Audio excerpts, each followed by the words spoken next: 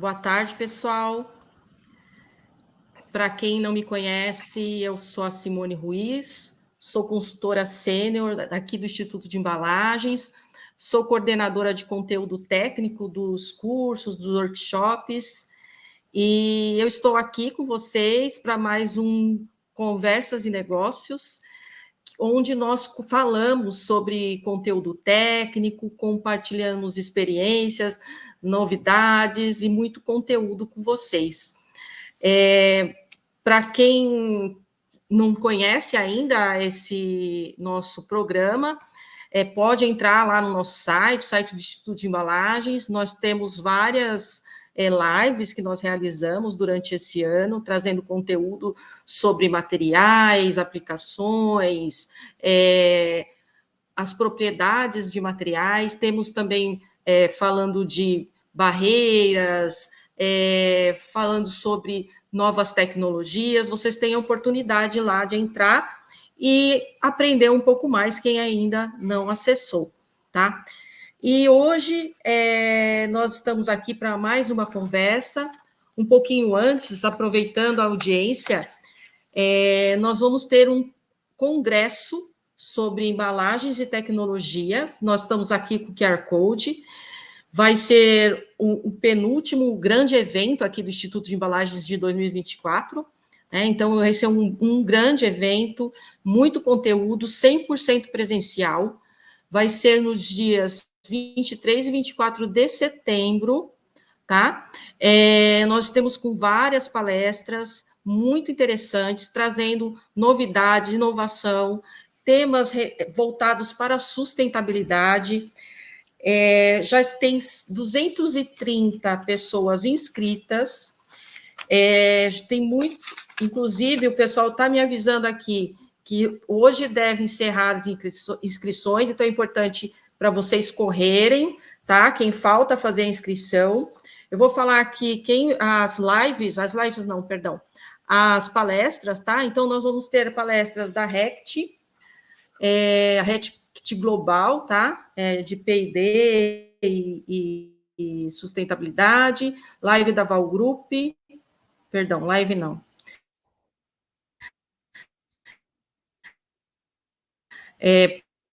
Tanto de Anuga, insights da Anuga, como o Mudrupa.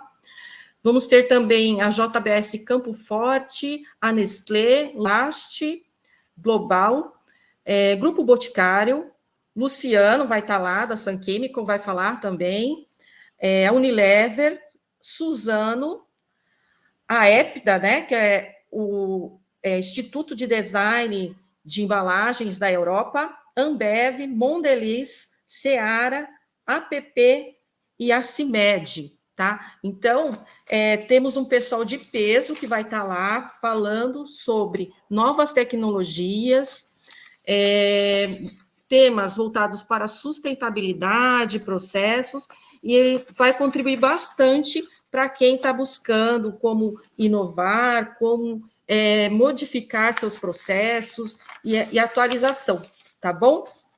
Então, voltando aqui na nossa live, o Luciano Monteiro, agradeço sua presença, Luciano. Hoje nós vamos falar sobre barreiras, né? Como incluir barreiras em embalagens monomateriais. Seja bem-vindo. Boa tarde, Simone, boa tarde a todos. Isso, tentar passar um breve resumo do quais são essas tendências de barreira, de adesivos, de características sustentáveis para o mercado, principalmente para esse mercado nacional. Bom, o Luciano, ele é vendedor técnico da Sun Chemical, ele já tem mais de 25 anos de experiência no setor de tintas, vernizes, materiais.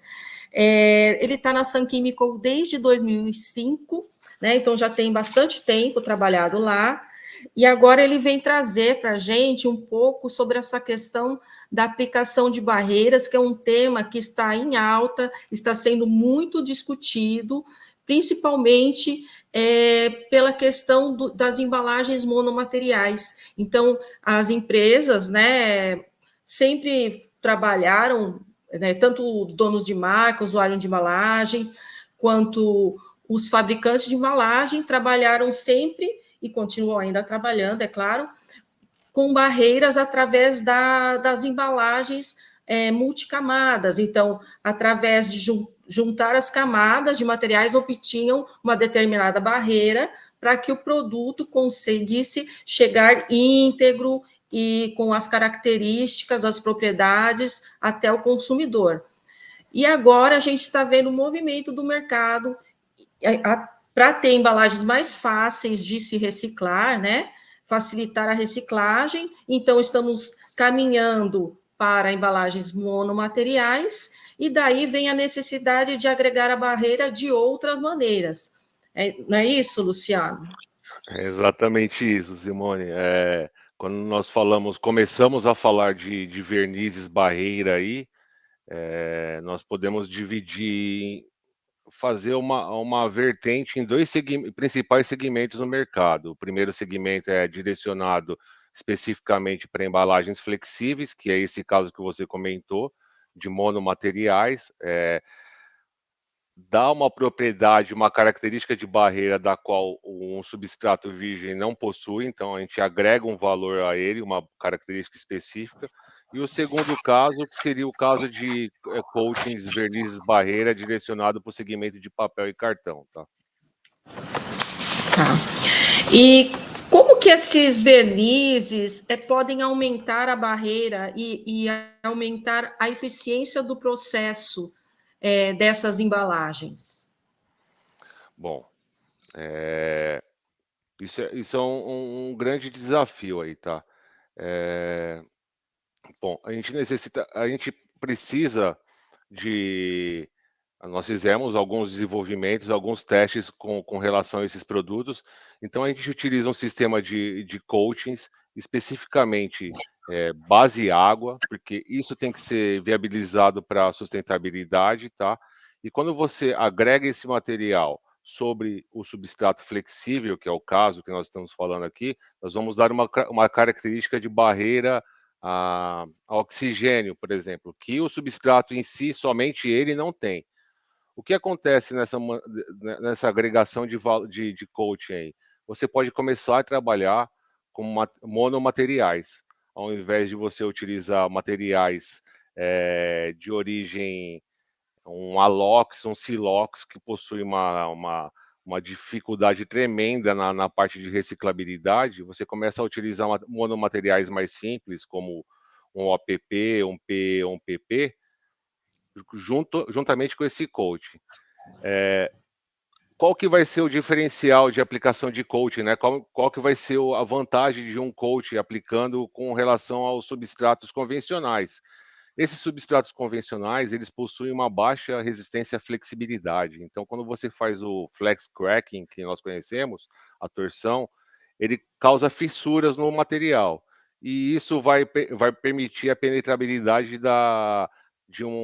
vai diminuir a barreira oxigênio. O nosso produto, a gente está desenvolvendo isso para manter um shelf life maior do produto, do alimento, do produto a ser envasado, e tem uma maior flexibilidade. Então, quando você faz esse teste de flex cracking, ele vai manter as características de barreira iniciais durante a aplicação.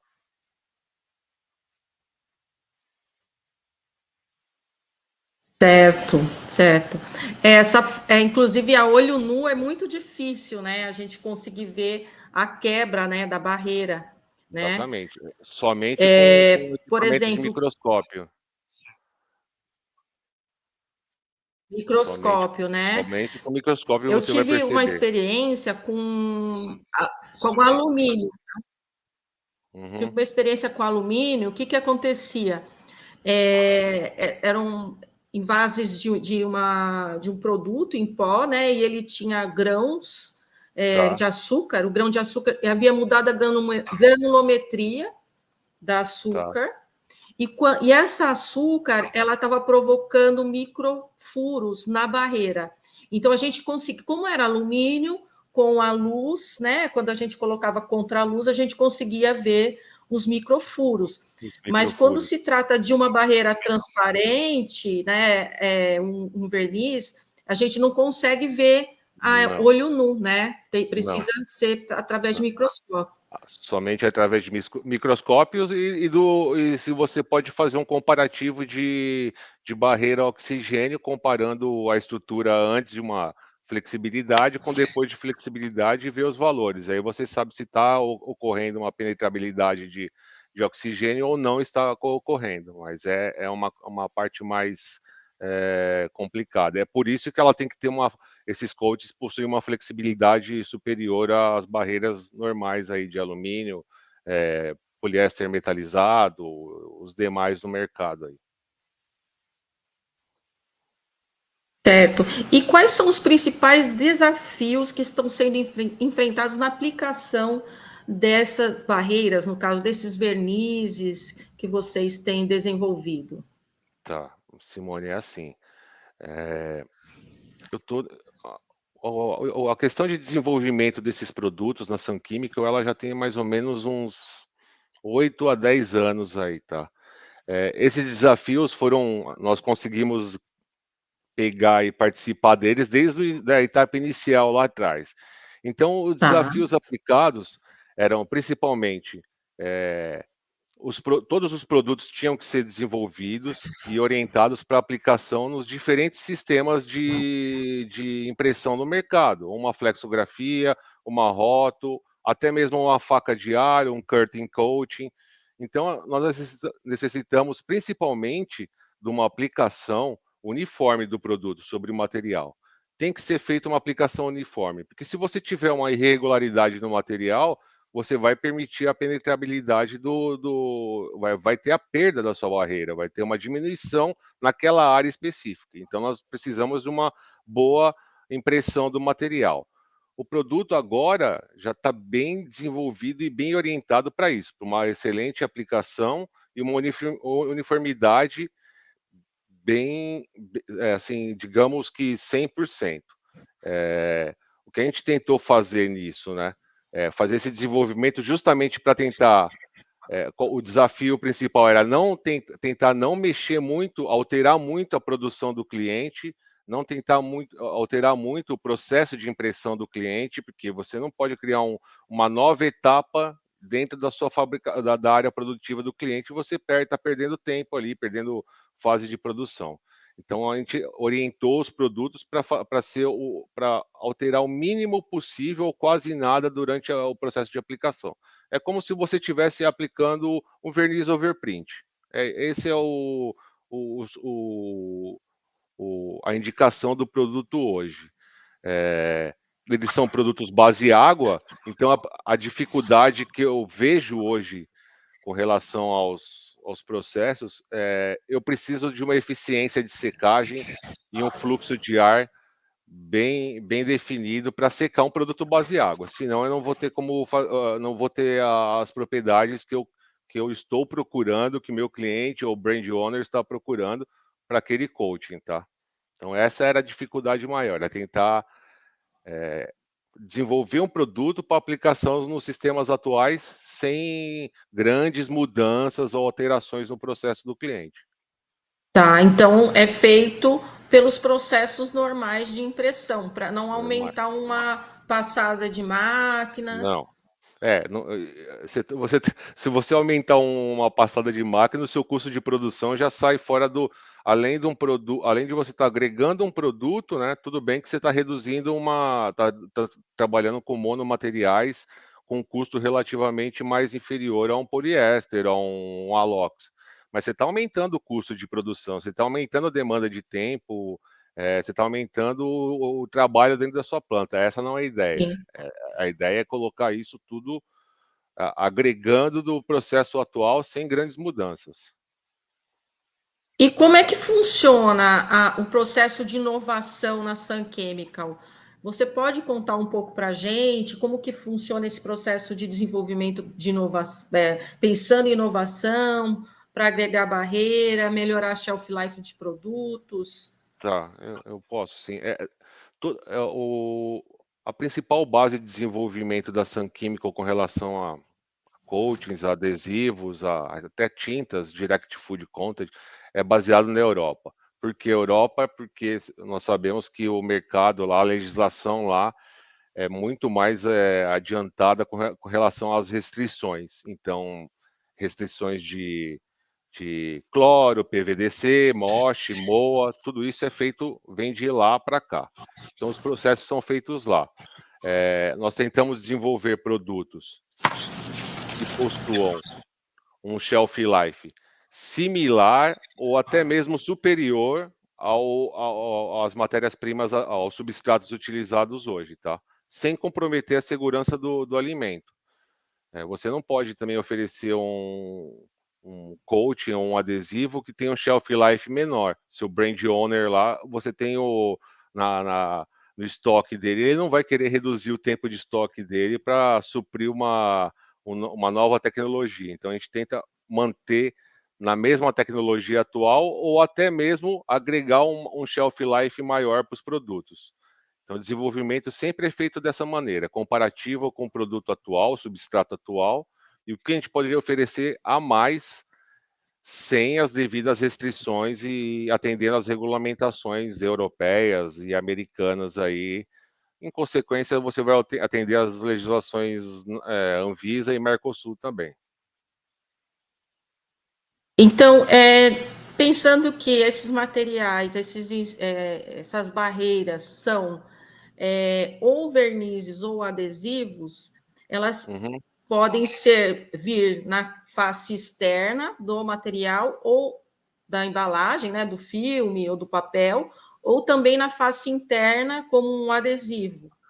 Quando a gente tá. Aí tem um diferencial muito importante nessa parte. Tá. Quando você está falando na parte de papéis e cartões, é independente. Tanto na parte interna como na parte externa, as barreiras podem ser aplicadas, porque eles são produtos Direct Food Contact. Então, é independente. Ele trabalha tanto como em contato com o alimento, como um verniz overprint. Quando você Tá. passa para a parte de flexíveis, aí tem um diferencial. Se você está tratando de barreiras ao oxigênio, por exemplo, a gente conhece que o conceito de uma barreira a oxigênio é inversamente proporcional à umidade relativa do ar. Então, a orientação sempre é colocar ela ou sobre uma proteção de um verniz overprint, como no caso de uma estrutura externa, né, numa aplicação monocamada, ou dentro do sanduíche entre os dois materiais. Então, uma laminação de PE, o coat vai estar entre essas laminações aí. E o adesivo também, em consequência, então ela está protegida ali da umidade relativa. Esse é o orientativo para um produto para flexível e o diferencial para um produto para papel, tá? Tá certo. E vocês têm trabalhado, pelo que eu entendi, também voltados para atender principalmente, além de embalagens monomateriais, que é o que está sendo buscado em prol da sustentabilidade, né? Reduzir a complexidade para reciclagem, também com esses adesivos, esses vernizes, basear também Isso, a reciclagem. isso. Eles são Tá. produtos É, base. Não, desculpa, pode falar. não, era isso que eu ia perguntar, né? Se teria alguma outra ação, além do verniz e adesivo, os vernizes e adesivos vocês em base em água, e também vocês estarem trabalhando para embalagens monomateriais, se tem mais alguma ação que vocês estão considerando no desenvolvimento desses insumos, né? Voltados para a sustentabilidade, que de repente eu não estou Tem, conseguindo visualizar aqui. tem. É assim, recente, o desenvolvimento está em constante etapas na Sun Químico. As mais recentes agora, com relação tanto a adesivos, que são chamados adesivos de característica compostável, tá?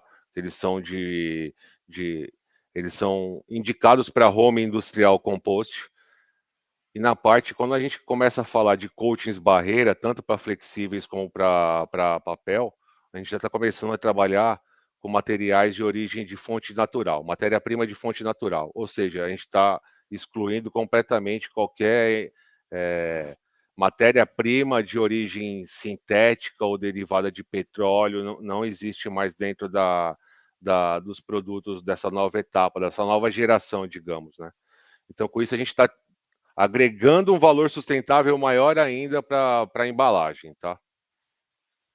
Tentando impactar o menos possível na questão de reciclabilidade ou sustentabilidade dentro da embalagem.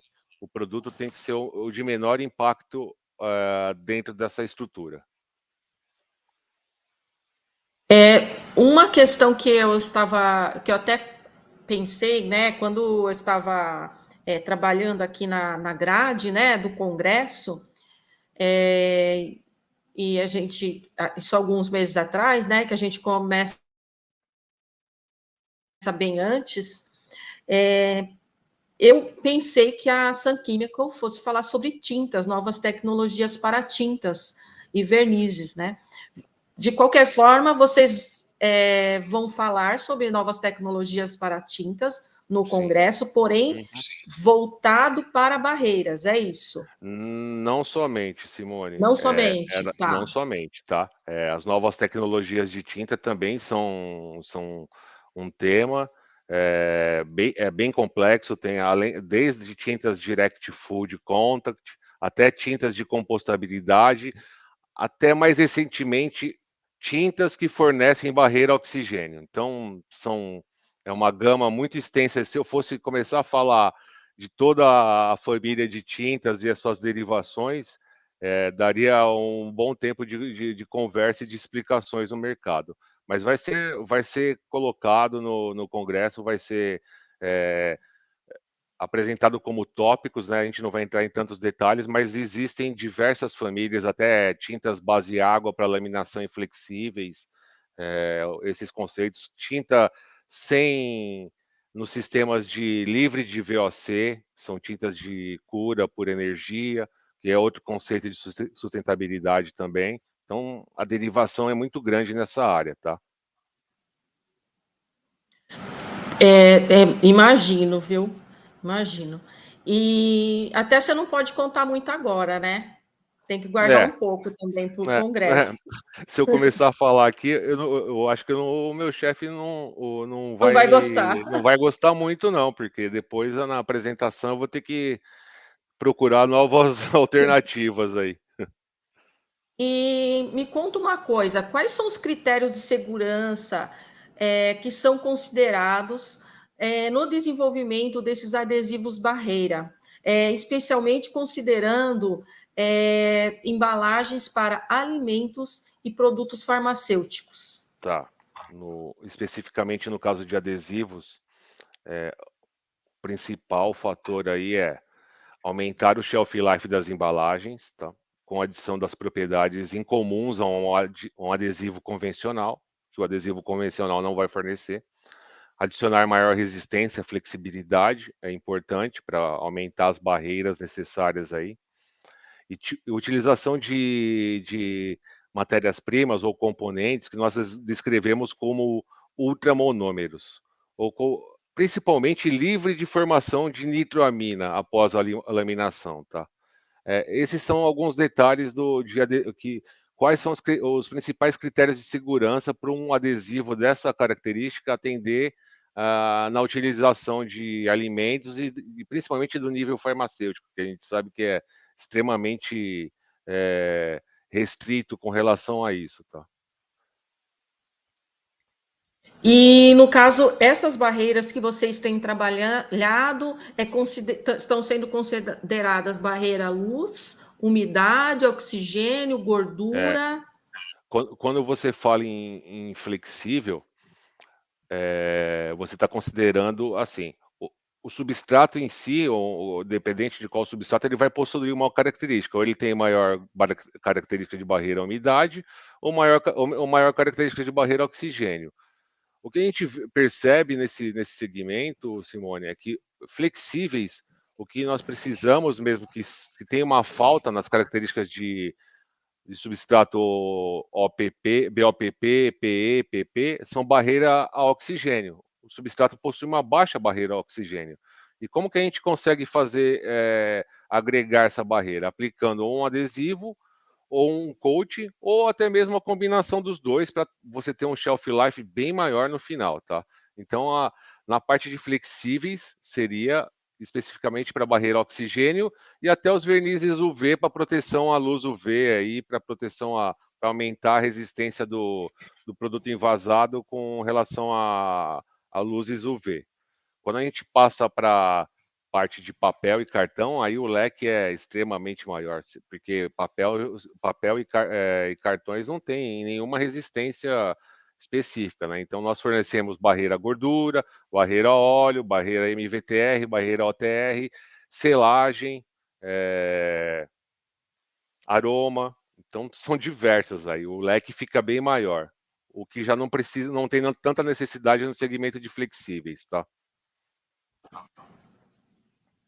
E pelo que eu entendi, então não se trata mais de projeto, né? Porque já há 8 anos vocês estão trabalhando aqui no Brasil, né? Que foi quando começou a desenvolver. E então até tem uma pergunta aqui do Lucas: quais seriam se você pode falar os tipos de produtos que vocês têm trabalhado? Você pode citar alguns produtos que Eu só eu posso responder. Aqui especificamente no Brasil, isso já só complementando a sua pergunta, eles já são de etapa comercial na Europa, principalmente, onde tá, ambos os segmentos é utilizado. Quando eu falo ambos, é flexível e papel. Aqui no Brasil, a gente trabalha principalmente com a parte de papel, onde nós estamos oferecendo barreiras a MVTR, OTR, gordura, aroma, umidade. E na parte de flexíveis, tem alguns projetos em andamento para oferecer barreiras de OTR, de oxigênio, e adesivo também, barreira oxigênio, já estão em andamento aqui em alguns clientes. Tá? Nós já estamos fazendo. Quando você trata desses desenvolvimentos, o caminho você fala, foram 8 anos, mas o caminho é bem longo quando você faz um desenvolvimento desse tipo, desde a sua homologação no laboratório para homologação no cliente com teste industrial, até a homologação do brand owner, que vai demorar um tempo bem, bem demasiado. Aí são projetos de longo prazo, tá? sim, sim. Inclusive, eu cheguei a trabalhar em um projeto para substituição de filme por barreira, né? Uhum. Por uma laminação de um adesivo barreira. E eu trabalhei um tempo, 1 ano, com esse projeto. Depois acabou mudando, mudei de job, de trabalho, e passou para Uhum. outra pessoa, né? Eu lembro que a dificuldade era a uniformidade da camada quando a gente aplicava. A gente estava usando aplicação por laminação, Tá. e aí ela não ficava totalmente uniforme. Quando Uhum. aí você via que tinha variações na aplicação, e aí não dava o shelf life do É uma, produto. é uma dificuldade, eu posso citar para você que eu tenho trabalhos que não posso citar nomes de clientes nem de brand owners, porque são contratos de NDA, mas eu tenho trabalho já em etapa comercial aqui no Brasil que o tempo para mim, o tempo que foi necessário para a Sun Química e para o cliente, o brand owner, foram de aproximadamente 4 anos de projeto. 4 anos para desenvolver, desde a etapa inicial, para substituir um plástico, por exemplo, até a etapa comercial, que foram 4 anos, e ainda possuem alguns desenvolvimentos que estão na etapa, assim, pronto para entrar no mercado, mas a gente precisa terminar as avaliações de transporte, avaliação de gôndola. Isso é uma outra fase e é demorado. Você Sim, sim. explicar isso, a sua empresa, a corporação, o cliente entender que é um processo demorado, é demorado. É demorado porque são vários aspectos aí envolvidos. Não é só você oferecer o produto e esse produto ter um resultado bom. Não, não é assim. São muitas etapas, né, para se aprovar, principalmente quando você imagino que quando você está trabalhando com um usuário de embalagem, que é multinacional, que muitas vezes a aprovação não fica aqui no Brasil, depende do global e acaba Exatamente, até demorando um pouco exatamente. mais, né. Exatamente. Os brand owners são a mesma etapa, Simone. Você tem que fazer o teste aqui, a aplicação aqui e encaminha para uma unidade de avaliação do cliente, do brand owner na Europa, por exemplo. E aquilo fica lá meses até anos para aprovar. E quando você menos espera, vem a aprovação. E você pode comentar se já está sendo utilizado em biscoito, em chocolate, e que tipo de produto que já está sendo utilizado A ou gente tem, testado? a gente tem alguns casos no mercado com barreira, substituição de plástico, principalmente em cartões, com barreira à umidade, com resistência a freezer, barreira à gordura. Na parte de biscoitos que você disse aí, cookies, a gente já tem alguns projetos, alguns produtos em etapa comercial também sendo utilizados e estamos começando. Então, tudo isso impactou na seguinte condição para a Sun Chemical. A gente começou a viabilizar o projeto da fabricação local, que era um valor agregado muito grande para a gente, porque a gente consegue ter uma competitividade e redução de custo desses materiais que são 100% importados, fabricação local, com a mesma característica e regulamentação da Europa aqui no Brasil. Então, a gente já está nessa etapa de fabricação local. Creio que até o final do ano o equipamento já está instalado para começar a dar um start.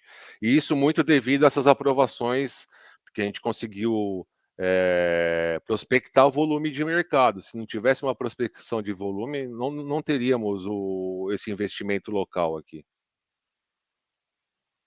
Tem uma pergunta aqui do Marcelo. Essas tecnologias já estão disponíveis no Brasil? A resposta é sim, né? E se são Isso. compatíveis com equipamentos médios do nosso Parque Fabril? Equipamentos médios, será que é de média velocidade? Pode ser Imagino que média. sim. É, E quais as exigências, né? Imagino que ele quer entender se vai ter mudança em clichê ou anilox para aplicação desses vernizes, e se tem mudança com relação à cura desses vernizes também, e se dá por calor ou por outro meio, se é por é, temperatura, né? A aplicação. temperatura. Foi assim. Isso vai depender, é o que eu tinha explicado no começo, né, Simone? Isso são sistemas de base água especificamente, tá? São produtos base água, então eles podem ser aplicados tanto no método de rotogravura como flexografia, por exemplo. O sistema de secagem é um sistema de secagem por temperatura, por ser um produto base água, então não tem uma diferença para o sistema normal, tá? As características do clichê, anilox e clichê, são características bem assim. Como a gente já fez alguns testes, algum acompanhamento e a produção, nós temos, além de prestar assessoria, tanto na indicação do produto, eu consigo também visualizar qual a melhor condição de aplicação desses produtos. A melhor aplicação de condição que eu falo é qual o melhor tipo de clichê, qual o melhor tipo de gravação de clichê, qual o melhor tipo de anilox e carga de anilox, que isso é muito importante para você ter uma gramatura necessária para dar a barreira que você está precisando no produto, tá? Em geral, o processo é o mesmo do que é utilizado no mercado nacional. É só alguns ajustes com relação à gravação de clichê e camada aplicada, que isso vai ser relacionado com o anilox, tá? Entendi. Ele falou aqui, ó, máquinas médias seriam uma média entre máquinas bem básicas até as mais modernas. É. Seria uma Se, máquina intermediária, né? intermediária. Se o sistema de secagem da máquina for eficiente, não vejo problema em não aplicar, não tem alguma restrição falando, olha, esse aqui não pode ser aplicado nesse sistema. Não, ele pode ser aplicado. Tá? E conta um pouco para a gente sobre desafios técnicos e econômicos que têm sido enfrentados para integrar essas soluções nas linhas de produção. Como você tem percebido isso? Tá.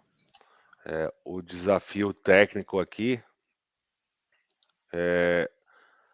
assim, no Brasil, tá? O desafio técnico, o maior desafio técnico é oferecer diferentes produtos para os processos de aplicação existentes no mercado. Então, você tem 4 ou 5 processos que eu já citei aí. Então, o nosso produto consegue atender sem necessidade de nenhuma alteração do produto, esses 4 ou 5 processos, tá? Roto, flexo, faca de ar, curtain coating, e em alguns casos até flex offset, dependendo do produto. O outro principal desafio foi reduzir o peso da gramatura das estruturas convencionais e manter as propriedades de barreira necessárias para o alimento. Isso foi um desafio que foi iniciado lá atrás com o pessoal da laboratório na Europa e agora a gente já está numa condição bem acessível. O impacto do custo, porque o custo, isso é eu acho que, assim, no Brasil, esse é um principal fator. O impacto do custo deve ser similar ao produto atual ou muito pouco acima, para não descontinuar seu projeto. Então, você tem um projeto de excelente save, de excelente característica sustentável, só que você oferece um produto com 30, 40, 50% do custo atual, você inviabiliza seu projeto, em consequência, todo o seu desenvolvimento foi por água abaixo. Então a gente tenta mensurar isso muito bem. Quanto que eu posso oferecer o produto sem impactar e sem descontinuar esse desenvolvimento. O outro fator, o outro ponto também de desafio aí que nós tivemos é a fabricação local que eu havia comentado anteriormente. Com essa fabricação local, eu vou conseguir ter um custo menor ainda e uma competitividade maior nas famílias e produtos sustentáveis, tá? Eu imagino que um grande desafio é no usuário também de embalagem, né? Porque a partir do momento que você passa a aplicar uma barreira, você para diminuir, por exemplo, as camadas ou substituição de materiais, você está com aquele equipamento que estava acostumado a rodar com aquela espessura, com aquela Exatamente. determinada resistência, né, tração, e aí você vai mudar o substrato para aplicar o verniz, então você vai ter que mexer no equipamento, provavelmente, né? Provavelmente, o que a gente percebeu é que alguns ajustes, assim, em média, as características de velocidade de produção, de performance, se mantiveram bem estáveis. Então, Tá, não houve grande perda de produtividade não, na área de invase do cliente. Alguns tá. ajustes tem que ser feitos. Alguns ajustes de temperatura, algum ajuste de pressão, isso é necessário. Porque você está trabalhando, você não está mais com um filme flexível ali, você substituiu esse filme. Ou você substituiu um poliéster por um BOPP, são características diferentes. Então, os Sim, ajustes finos são necessários para você fazer um desenvolvimento desse aporte no mercado, tá? Está sendo bem aceito pelos nossos clientes, tá? Esses legal. ajustes, tá? Estão dispostos a mexer no equipamento Sim, para poder sim, adequar, né, a é, embalagem, né? exatamente. Porque você está falando isso, eu estou lembrando, né, que muitas vezes, dependendo do lugar, eu como usuária de embalagem mesmo, trabalhei muitos anos como usuária de embalagem, então muitas vezes, dependendo da fábrica que você chegava, Ah, eu não vou mexer, o material tem que correr, colocar na máquina e tem que Sim, funcionar. sim, sim, Porém, exatamente. quando a gente mexe na estrutura, às vezes vai trocar um tipo de filme, vai trocar, vai passar, testar no lugar do filme plástico, vai trocar por um papel, vai mudar o comportamento, então tem que mexer, Vai, né? Então, vai, não se tem. o usuário de embalagem já está disposto, né, a mexer, né, já tem essa, já sabe que precisa, então já está Uhum. mais fácil, né, de É, você implementar, né? Já está é, disposto a absorver esse trabalho. o que a gente precisa mesmo é assim, a disposição do brand owner em fazer essa alteração, ela tem que estar mensurada com algum ajuste no processo fabril dele.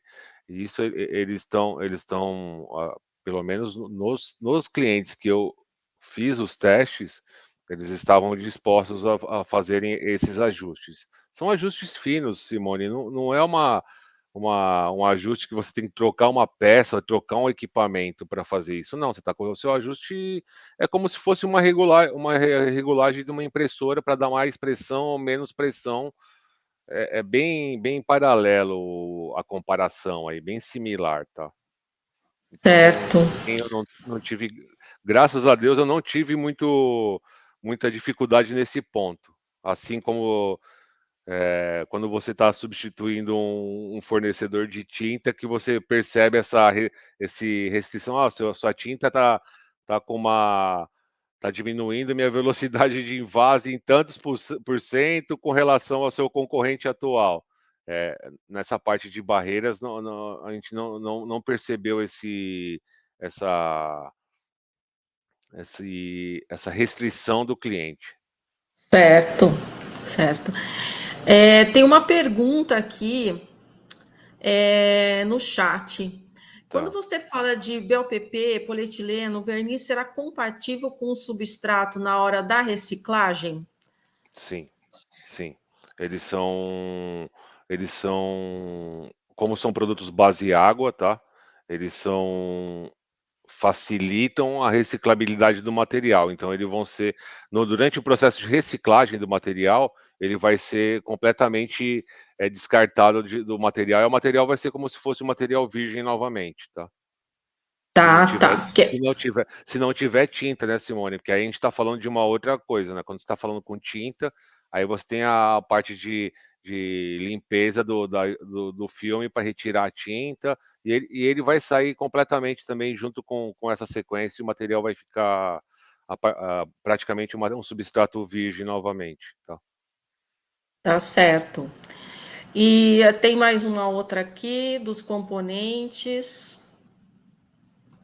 Se os componentes desses vernizes suportarão temperaturas do processo de reciclagem, por exemplo, 210 graus, sem degradar ou gerar gases. Não, assim, o processo de reciclagem, quando você está tratando 210 graus, depende qual material você está fazendo a reciclagem, né? Se você está utilizando o polietileno, por exemplo, ele não vai conseguir. Não O precisa polietileno tanta não temperatura. precisa dessa temperatura. É, o material não se degrada. O material ele não tem característica de resistência térmica. Então ele vai ser eliminado do filme. A ideia toda é essa: é impactar o menos possível na reciclagem de um substrato, tá? Tanto num substrato flexível como um substrato como um papel. Então ele, se fosse num papel, ele estaria na polpa, ele ia separar da polpa, só ficaria a polpa. No flexível também, ele se separa do filme e e é descartado, tá? Sem impacto para o ambiente, Luciano, nós já estamos caminhando para finalizar a nossa live. tá? Você tem algo que você gostaria de comentar, de concluir, que eu não perguntei, que não foi perguntado? Hum, Simone, eu acho que eu já falei bastante já, mas assim, é, o, as atualizações estão aí. os coaches, tanto a parte de coaches, todos os produtos sustentáveis estão em grande, então eu diria que é um alvo dos grandes brand owners. Nós temos aqui, a gente sabe que tem uma morosidade na nossa mudança de legislação.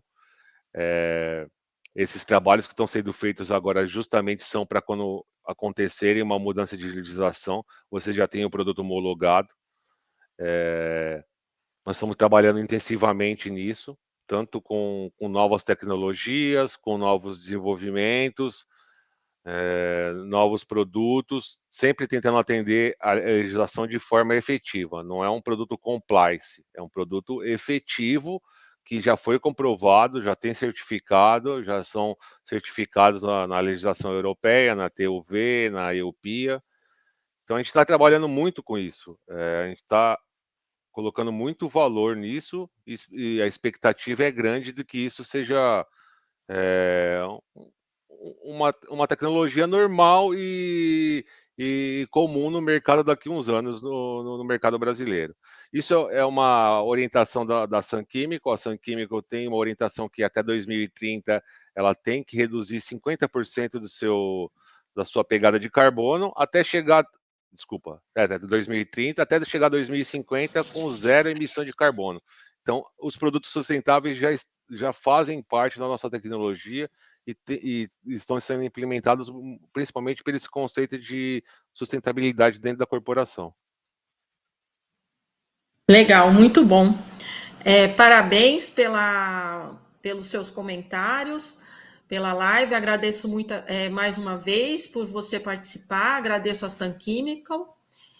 E aproveito para mais uma vez reforçar o pessoal que está participando, que a gente vai estar nos dias 23 e 24 no Congresso de Sustentabilidade, Congresso Tecnologia de Embalagens. O fórum vai ser só em novembro, tá? Agora, 23 e 24 de setembro, é o Congresso do Instituto de Embalagens, que vai falar sobre embalagens, novas tecnologias.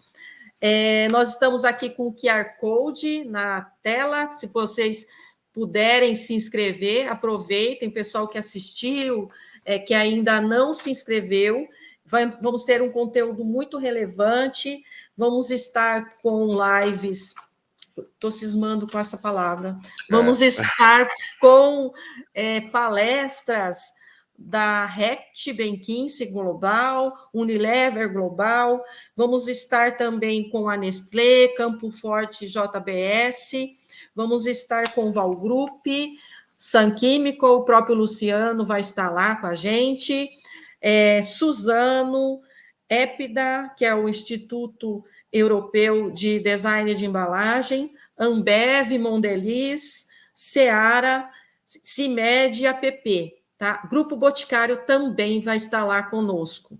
Tá? Então, pessoal, se inscrevam, aproveitem, espero encontrá-los lá no dia 23 e 24. Até mais, pessoal. Obrigada, viu, Luciano? Eu que agradeço e agradeço a oportunidade do Instituto de Embalagem em apresentar um pouco mais essas tecnologias novas, Simone. Obrigado também. Obrigada.